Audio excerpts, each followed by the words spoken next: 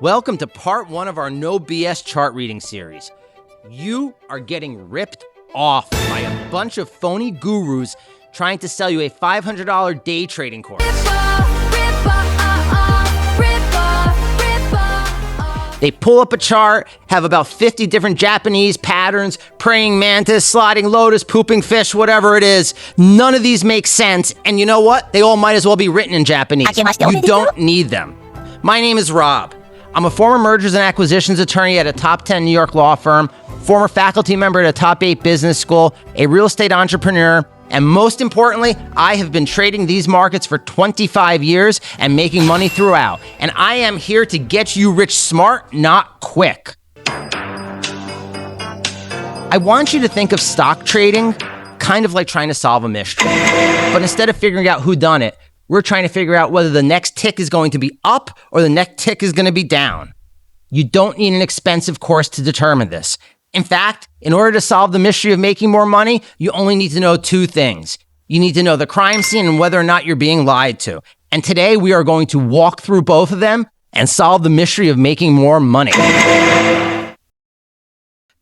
Before we can try solving the mystery of making more money, we need to know what a candlestick is. A candlestick is just a receipt. It is a visual summary of the tug of war between the buyers and sellers over a given period of time. Let's use a day as our time period. Every single candlestick is made up of two components, a body and a wick. The body is the thick middle part of the candle, and it's just really an official record of what happened during the day. It shows what the stock opened at 9:30 in the morning and where it closed at 4 p.m. That's it. To give you an example, I want you to think of a car dealership. At 9 a.m., your used car salesman puts the price tag of $50K on the car. By 4:30, 18 people are arguing over the price. He can get $55,000 for it, and he takes it. So in this case, the body of the candle would start at $5,000 and would go up to $55,000, and it would be in the green because the price went up. But let's change the facts a little bit. Say the dealer starts at $50,000 at 9 a.m., but there's nobody who wants the car. It's a real piece of crap. So by 4 o'clock, he's desperate. He's got to sell. He drops the price to $45,000 and finally gets a buyer. In that case, the candlestick would start at 50, go down to 45, but it would be in the red because it went down. Most retail traders only look at the body. They just look at the opening price and the closing price. But that's not how we solve the mystery of the next tick. To do that, we need to look at the extremes. We need to look at the wicks. Those skinny lines sticking out of the top and bottom of the candle are called the wicks. This is our crime scene. The wick shows you where a price tried to go during the day, meaning it didn't open or close there, but it did trade at that price at one time or another. Now, a wick also shows you where the price got rejected. And by rejected, I don't mean that there aren't buyers for the stock. On the contrary, rejected means that the price tried to go down to a certain point. Then the whales and the big institutional buyers said, wow, that's way too cheap. We're going to start buying up here. Yes. And it hits a floor. The price can't go any lower because your institutional guys are buying like hell. Imagine a massive corporate real estate developer suddenly goes bankrupt. The lender, the bank, panics. They need to liquidate the entire portfolio immediately. That's 1,000 identical houses that are getting dumped right onto the market because the bank needs liquidity. Where's the money? They're slashing the price down from $500,000 to $300,000. The price is crashing down. Everybody's panicking. Retail buyers are scrambling to buy one or two houses here and there. Suddenly, a massive corporate hedge fund like a BlackRock sees that $300,000 price tag, and they just can't resist. They know exactly what those houses are worth. They know that this morning they were worth $500,000, but now they're selling for $300,000. They back up the truck. There's 900 houses left, and they buy all of them. They just absorbed the entire panic. Because BlackRock bought up all the inventory, the cheap houses are all gone.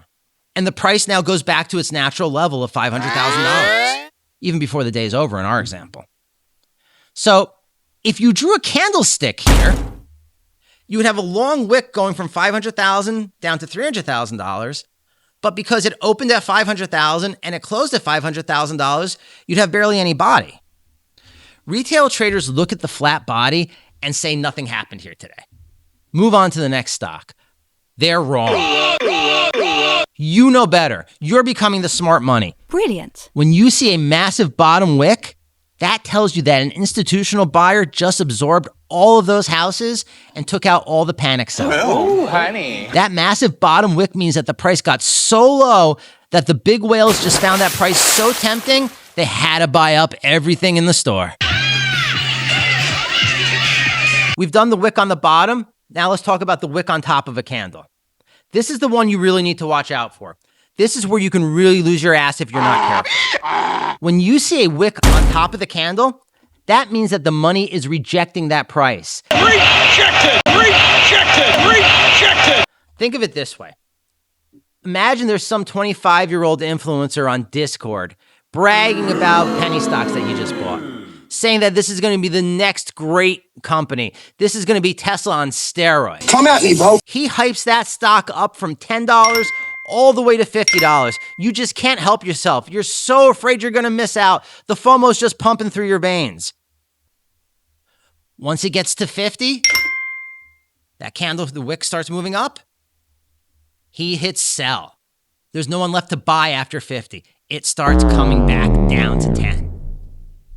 So just like in our example with the bottom wick, in this scenario, the stock opened at 10 and it closed at 10, so your candle has no body. But that massive wick shows that once that stock got to 50, there were no buyers left and it got sold all the way back down. And if you were the one who bought at 45 a share or at 50 a share, you just got screwed. The Lie Detector volume. But in order to solve the mystery of the next tick, we need a lie detector test. A stock price can move pretty easily based on the words and hype of a couple of bozos on Reddit or Discord. Next thing you know, a stock is up 20 points, but the question that we have to ask is whether or not that move in the stock, that wick that just got created, has any actual substance or conviction behind it. And that's where our lie detector test comes in. And our lie detector test is known as volume.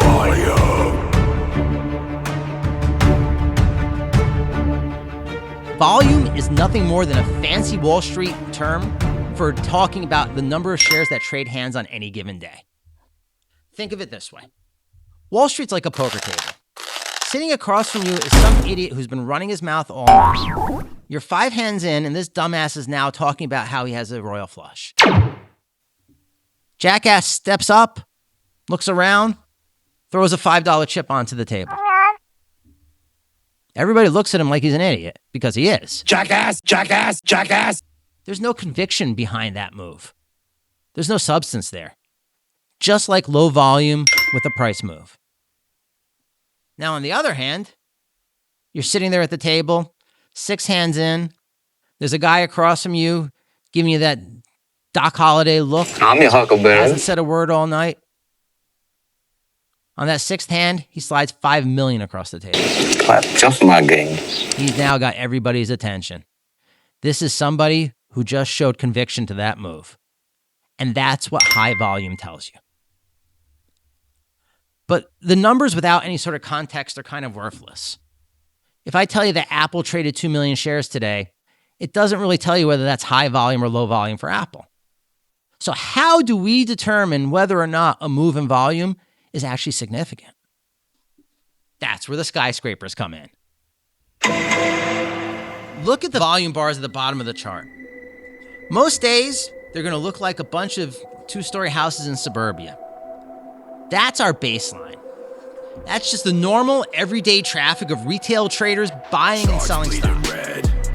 But suddenly you look down. Right in the middle of this nice row of even houses is a massive 100-story skyscraper. That volume bar is now 3, 4, maybe 5 times taller than the average of the last 30 days. That skyscraper is our lie detector going off and letting us know that everything is real. Retail traders do not have enough money to build that skyscraper.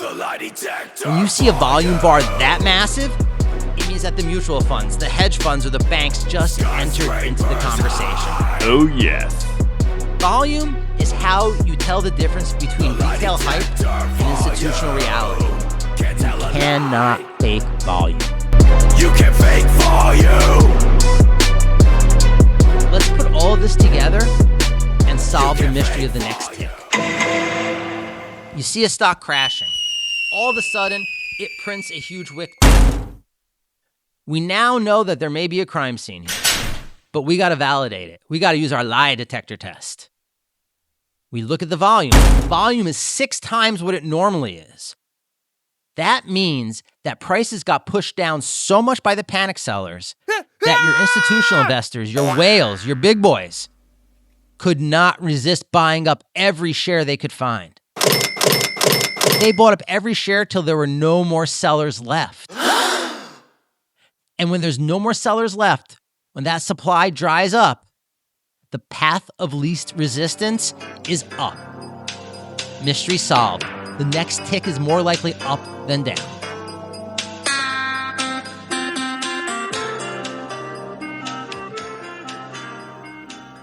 So now you know how to find the crime scene. You know how to spot a lie. You know exactly what it looks like on a chart when the whales of Wall Street come in and start absorbing shares in a panic sell. But what do you do with this? How do you trade this on Monday morning? I want you to listen to me very closely on this. When you see the massive Wick and the skyscraper volume, do not hit the buy button right away. It could be a trap that they're setting for you. It's a trap. Trying to catch the exact bottom of a crash is like trying to catch a falling knife. It's going to end up with you bloody. When you spot this institutional footprint, I want you to put the stock on your watch list, and I want you to watch it like a hawk. You sit on your hands and you wait. In part 2 of this series, I am going back to my desk. We are going to pull up a real live stock chart, and I'm going to show you the exact second you need to pull the trigger. Thank you so much for watching today. If you found this content useful, I hope you'll hit the subscribe button, and I'll see you in part 2.